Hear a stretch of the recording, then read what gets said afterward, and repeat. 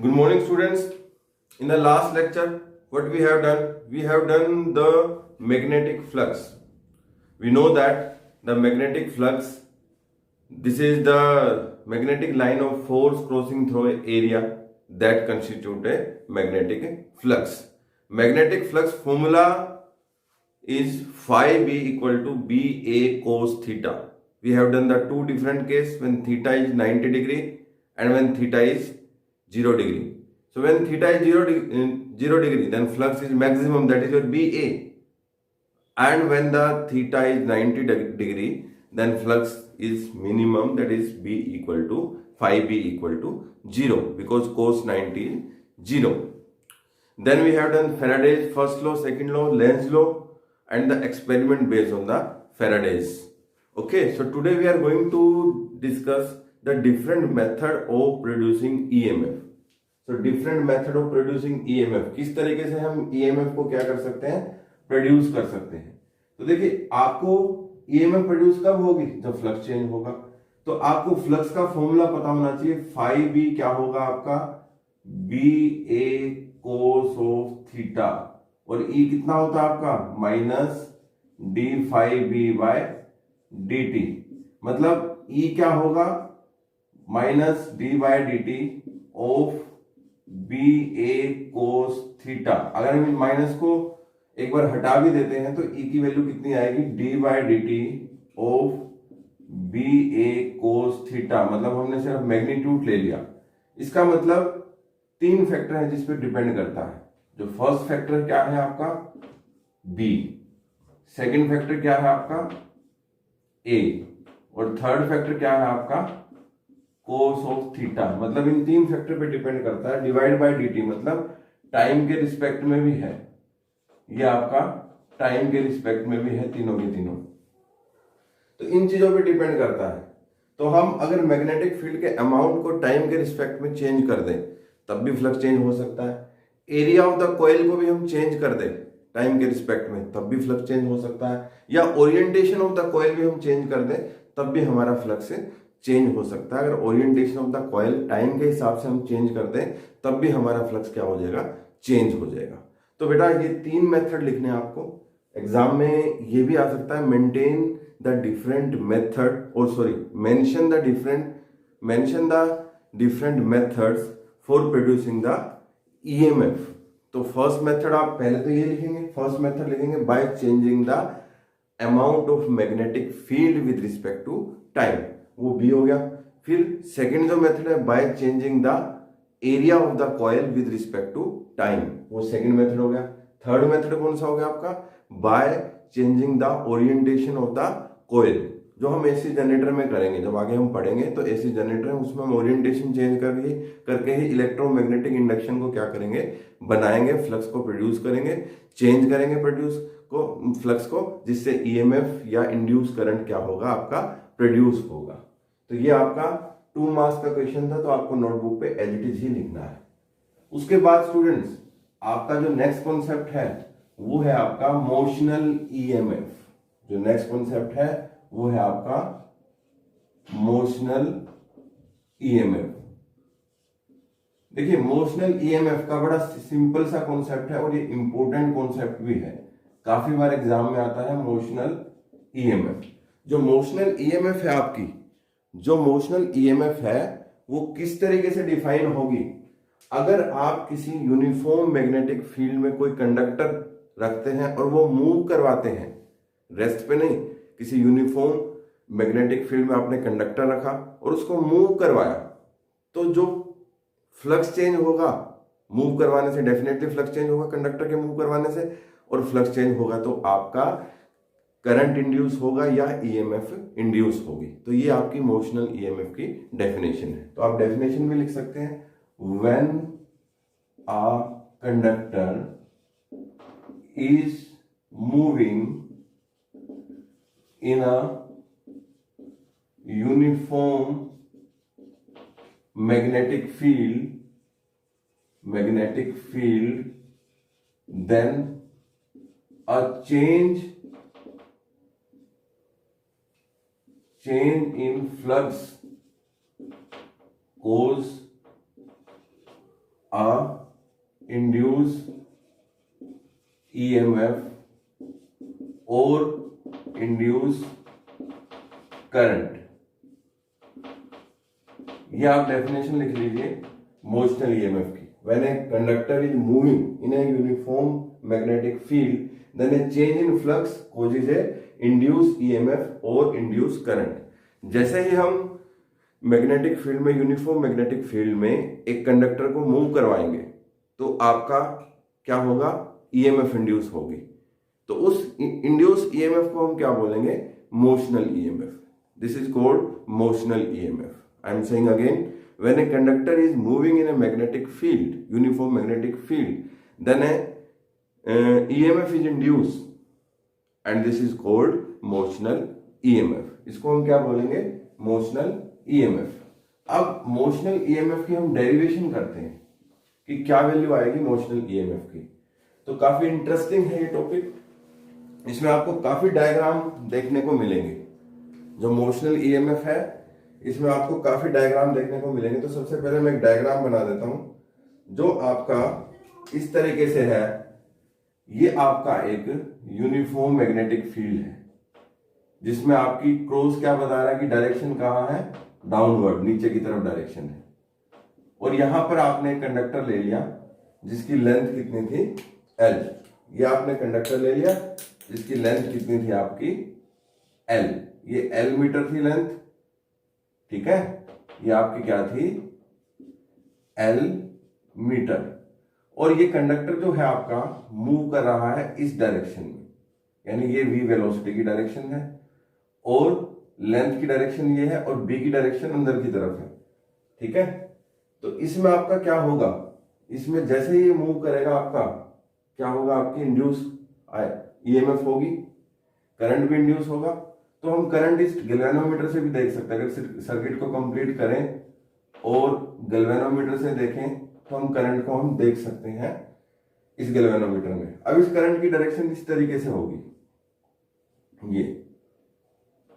ये आपकी करंट की डायरेक्शन आएगी। क्यों आएगी करंट की डायरेक्शन, देखिए बड़ा सिंपल सा कॉन्सेप्ट है। इसमें लगेगा Fleming right hand thumb rule. तो राइट हैंड थंब रूल क्या है, ये मेरा राइट हैंड है। तो आप इस राइट हैंड को क्या कीजिए, इस तरीके से, ये म्यूचुअली परपेंडिकुलर है। ये तीनों चीज क्या है, आपस में म्यूचुअली परपेंडिकुलर है। तो जो आपकी ये चीज है, ये वाली फिंगर है, ये आप होल्ड करिए किसकी डायरेक्शन में, फील्ड की डायरेक्शन में। तो ये आपने की फील्ड की डायरेक्शन, फील्ड की डायरेक्शन अंदर की तरफ है और ये जो होगा वो मोशन की डायरेक्शन में होगा और ये किसके में है, करंट की। यानी ये फिंगर जो है आपकी फील्ड की डायरेक्शन में है, ये फिंगर फील्ड की डायरेक्शन में है, ये फिंगर मोशन की डायरेक्शन में है और ये फिंगर इसकी डायरेक्शन में है, करंट की डायरेक्शन में। तो करंट की डायरेक्शन कहाँ आएगी, ऊपर की तरफ। तो इस तरीके से मैंने आपकी करंट की डायरेक्शन बनाई। तो लिख लीजिए right hand thumb rule Fleming ने दिया था ये, तो इसको बोलते हैं Fleming right hand thumb rule, ठीक है। तो आपका राइट हैंड थंब रूल बता दिया, ये डायरेक्शन होगी, दोबारा से बता देता हूं। ये डायरेक्शन किसकी है, आपकी फील्ड की। ये डायरेक्शन किसकी है, मोशन की। और ये डायरेक्शन किसकी है, करंट की। तो करंट की डायरेक्शन ऊपर की तरफ आएगी। So this is about the direction of current, ठीक है। अब हम इसका एक्सप्रेशन करेंगे। एक्सप्रेशन में हम क्या करेंगे कि इस को हम सपोज कीजिए ये हमारा मैग्नेटिक फील्ड का रीजन था, यूनिफॉर्म मैग्नेटिक फील्ड का रीजन, ठीक है। ये यूनिफॉर्म मैग्नेटिक फील्ड का रीजन था और यहां मैंने कंडक्टर को यहां मूव करवाया,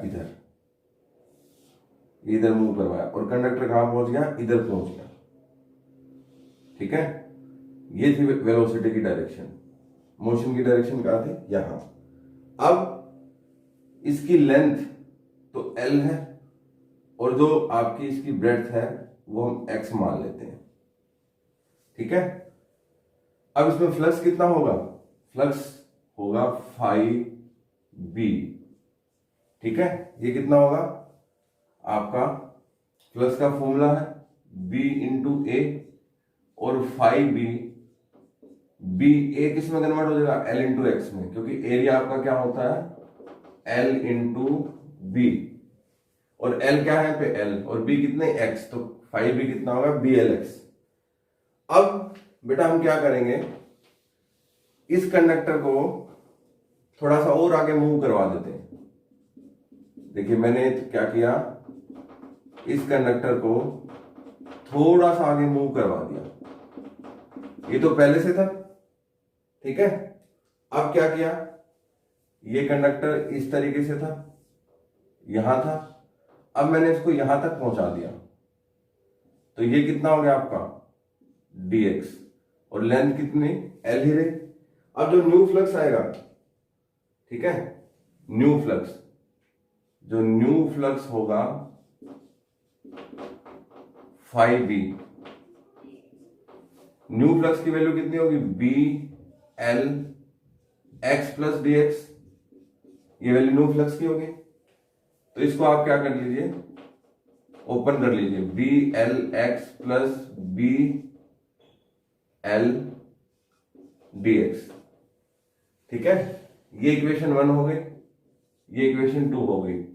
अब चेंज इन फ्लक्स कितना होगा, इसमें से ये माइनस कर दीजिए, न्यू में से ओल्ड वाला फ्लक्स माइनस कर दीजिए, तो चेंज इन फ्लक्स क्या होगा, चेंज इन फ्लक्स ये क्या होगा BLX plus BL dx minus BLX। Clear student. अब इससे ये कैंसिल हो गया, मतलब ये हमारी नेट फ्लक्स की वैल्यू आएगी 5B कितनी BL dx। क्लियर। अब E कितना होता है minus d5B bye dt।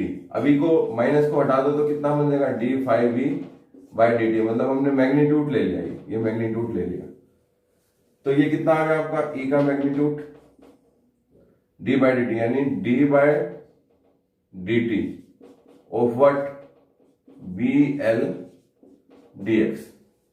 Clear student. अब इसको यहां लिख देता हूं मैं, तो ये E कितना था आपका, ये था आपका d bye dt of BL dx। अब B और L इसमें कांस्टेंट है तो बाहर ले लीजिए, तो E का मैग्नीट्यूड कितना होगा BL dx बाय dt। अब आपको पता है dx बाय dt कितना होता है V, तो E का मैग्नीट्यूड कितना होगा BLV, या E की वैल्यू कितनी होगी BLV। तो स्टूडेंट ये आपका फाइनल, ये आपकी क्या है मोशनल EMF है। इसको आप क्या किस तरीके से डिनोट करेंगे, मोशनल EMF। बड़ा इंपॉर्टेंट कॉन्सेप्ट है मोशनल EMF का। तो इस तरीके से आप इसको किस तरीके से डिफाइन करेंगे, मोशनल EMF। ये आपका क्या बन गया मोशनल EMF। अब ये मोशनल EMF काफी इंपॉर्टेंट कॉन्सेप्ट है, काफी बार एग्जाम में भी आ चुका है जो मोशनल EMF है। तो इस तरीके से ही आप इसको डिराइव करेंगे स्टूडेंट। ये आपका फाइनल एक्सप्रेशन है मोशनल EMF का। अब जो मोशनल EMF है, मोशनल EMF के बाद जो आपका कॉन्सेप्ट है आपका, वो है एप्लीकेशंस ऑफ मोशनल EMF। मतलब क्या क्या एप्लीकेशन है मोशनल EMF की। तो सबसे पहले तो मोशनल करंट की डायरेक्शन भी आपने कर ली, तो मोशनल करंट की वैल्यू भी हम फाइंड आउट कर सकते हैं। देखिए करंट आपका कितना होता है E by R। Clear student. तो करंट की जो वैल्यू है E बाय R, E हमने निकाल लिया कितनी BLV, और R आपका एज इट इज हो गया, तो ये आपका क्या आ गया मोशनल करंट। अगर वो मोशनल पावर पूछ ले तो पावर कितनी होगी आपकी, सिंपल फॉर्मूला क्या होता है I²R। तो I की वैल्यू रख दीजिए BLV डिवाइड बाय R, इसका whole square into capital R। तो ये वैल्यू कितनी बन जाएगी P equal to B² L² V² by R² into R। अब R से R कैंसिल हो गया, तो यहां फिर लिख देता हूं मैं, P की वैल्यू कितनी हो गई आपकी B² L² V² divide by R² into R। इस R से R कैंसिल, तो P की वैल्यू कितनी आ गई B² L² V² bye R। ये आपकी बेटा किसकी वैल्यू आ गई P की। तो इसको ध्यान से समझ लीजिए, ये आपका इंड्यूस करंट और आपका इंड्यूस पावर थी, ठीक है। अब जो नेक्स्ट डेरिवेशन है वो आपकी क्या है, एक आपकी कंडक्टिंग रोड है जो कि रोटेट हो रही है किसमें, यूनिफॉर्म मैग्नेटिक फील्ड में, तो उसमें मोशनल ईएमएफ क्या होगी वो निकालनी है हमें। So EMF produce by a conducting rod rotating in uniform magnetic field. इसमें काफी कुछ करेंगे हम, टाइम पीरियड भी निकालेंगे, फ्रीक्वेंसी भी निकालेंगे। तो ये आपका यूनिफॉर्म मैग्नेटिक फील्ड का रीजन है, ये आपका यूनिफॉर्म मैग्नेटिक फील्ड का रीजन है, जिसमें मैग्नेटिक फील्ड कहाँ है, अंदर की तरफ। ये आपकी मैग्नेटिक फील्ड कहाँ है, अंदर की तरफ। और आपकी रोड जो है, ये रोड है जिसकी लेंथ कितनी है, L, मतलब ये रोड है जिसकी लेंथ कितनी है, L मीटर। अब ये इस तरीके से रोटेट हो रही है, ऐसे,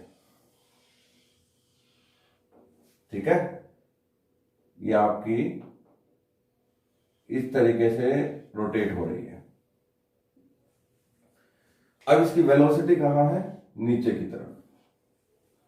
अब ध्यान से देखिए स्टूडेंट्स, ये पॉइंट आपका सपोज कीजिए O पॉइंट है और ये M पॉइंट है, तो अभी इनिशियल इसकी वेलोसिटी कितनी है, 0।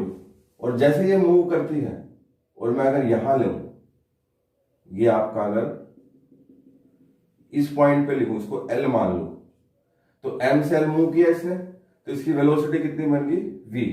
यानी इनिशियल जो स्टार्टिंग में थी वेलोसिटी ये थी, ये लिख लीजिए, आपकी स्टार्टिंग में जो वेलोसिटी थी V थी 0, और बाद में जब मूव किया तो वेलोसिटी कितनी बन गई, V।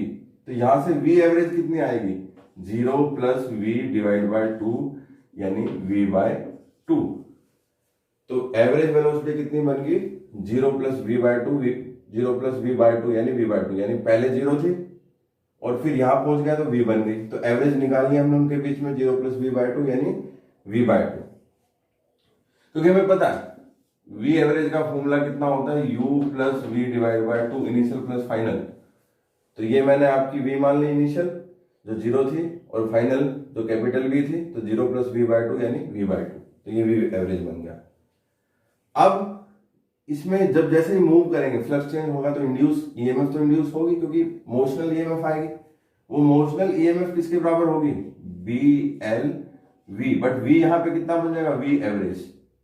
तो E की वैल्यू कितनी आएगी, BLV और हाफ लगा दिया, यानी V एवरेज V बाय 2 यहां पे लिख लीजिए, because V average equal to V by 2। तो फाइनल वैल्यू कितनी आ गई, मैग्नीट्यूड ईएमएफ का कितना आ गया, हाफ BLV। Clear student. अब इसको, ये तो आपका इंड्यूस ईएमएफ का मैग्नीट्यूड आ गया, ये डायग्राम आपने नोट कर लिया होगा। अब हम डिफरेंट चीज निकालेंगे। आपकी फाइनल वैल्यू, आपकी जो B की E की वैल्यू थी वो कितनी आ गई थी, हाफ BLV। अब हमें 11th में मैंने पढ़ाया था V equal to R omega होता है। और कैसे R ओमेगा होता है, अगर आपका ये डिस्टेंस R है और ये वेलोसिटी V है, तो रोटेट करेगा। ये आपका क्या है, एक्सिस में, यहां पे पॉइंट कितना है आपको, उसका एक्सिस है, उसके थ्रू रोटेट कर रहा है। और यहां आपकी सारी क्या है, यूनिफॉर्म मैग्नेटिक फील्ड है।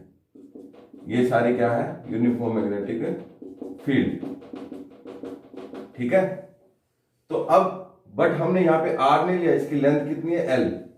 तो यहां पे V कितना बन जाएगा, L इंटू ओमेगा। इसको इक्वेशन 1 कर दीजिए। So put the value of V in equation 1, put the value of V in equation 1। Equation 1 में पुट कीजिए, तो E इक्वल टू क्या था, हाफ BL, और V कितना हो जाएगा आपका, L इंटू ओमेगा। तो E कितना बन गया आपका, हाफ एल स्क्वायर ओमेगा, तो ये ई की वैल्यू आ गई आपकी। अब अगर आपसे टाइम पीरियड की वैल्यू पूछी जाए तो आपको पता है T equal to omega equal to 2π/t होता है। ओमेगा कितना होता है 2π/t, तो पुट कर दीजिए इसमें। तो इसमें हम जब पुट करेंगे ई की वैल्यू कितनी आ जाएगी, half B L square into 2π/t। इस 2 से 2 कैंसिल हो गया, तो ई की वैल्यू फाइनल कितनी बन गई, pi B L square, pi B L square by T. ये आपकी ई की वैल्यू आ गई। तो स्टूडेंट आपकी जो टी ई की वैल्यू थी, वो ई की वैल्यू हमने फाइंड आउट की थी क्या, pi B L square by T time period की फॉर्म में ये वैल्यू। अब सपोज करो फ्रीक्वेंसी की वैल्यू पूछता है कि फ्रीक्वेंसी की क्या वैल्यू है, तो फ्रीक्वेंसी आपको पता है क्या होती है 1/t। तो इसको आप 1/t की फॉर्म में लिख लीजिए, ये pi B L square into 1/t, और 1/t की जगह फ्रीक्वेंसी पुट कर दीजिए, तो pi B L square into frequency, ये आपका क्या आ गई ईएमएफ की वैल्यू, किसके फॉर्म में, फ्रीक्वेंसी के फॉर्म में। क्लियर। अब बेटा मैंने आपको राइट हैंड थंब रूल यहां पे लिखा है, आपका राइट हैंड थंब, जो राइट हैंड थंब रूल है आपका, ये आपका राइट हैंड थंब रूल है आपका, ये सारा का सारा। अब इसको लिखना कैसे, अगर क्वेश्चन आ जाए state right hand thumb rule, और राइट हैंड थंब रूल कौन सा, फ्लेमिंग राइट हैंड, यानी ये क्या है Fleming right hand thumb rule. इसको स्टेट करना, ये क्वेश्चन आ जाए तो इसमें आपको क्या लिखना पड़ेगा कि डायरेक्शन ऑफ फील्ड तो होगा along the first finger, direction of motion होगा अलोंग द थंब, और डायरेक्शन ऑफ इंड्यूस ईएमएफ होगा अलोंग द मिडिल फिंगर। तो इसको आप सेंटेंस के फॉर्म में लिख देंगे, Fleming right hand thumb rule state that direction of field that is given by along the first finger, direction of motion is given by along the thumb, and direction of induced EMF is given by the along the middle finger। तो इस तरीके से आप लिख देंगे।